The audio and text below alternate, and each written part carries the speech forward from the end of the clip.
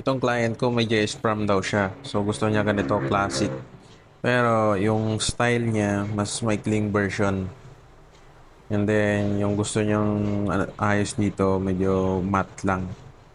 Kumbaga, hindi siya sobrang, hindi glossy. So, ito try na namin. So, tapos na ako mag-cut dyan sa top. Binoblower ko na lang siya. Hindi ko na siya na-videoan kanina. And then, ito sa sides. Ang sabi niya ka dito kanina, babawasan lang namin ng kaunti yung gilid para hindi sobrang kapal.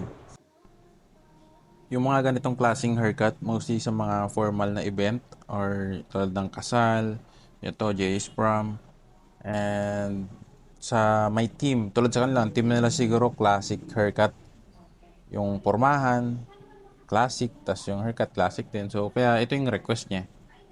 Sa side niya, nililinis ko na dito yung mga excess na buhok para maging sharp, sharp yung line. So, yung gamit ko dito, detailer ng wall. Sobrang, sobrang sharp. Kaya ang ganda ng line niya.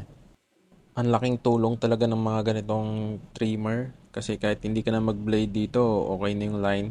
Pero syempre, mas maganda pa rin pag may ilabaha mo kasi mas mai-enhance yung line niya. Mas magiging cleaner tsaka sharper pa.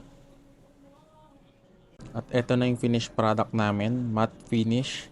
Yung gamit ko ditong hair product.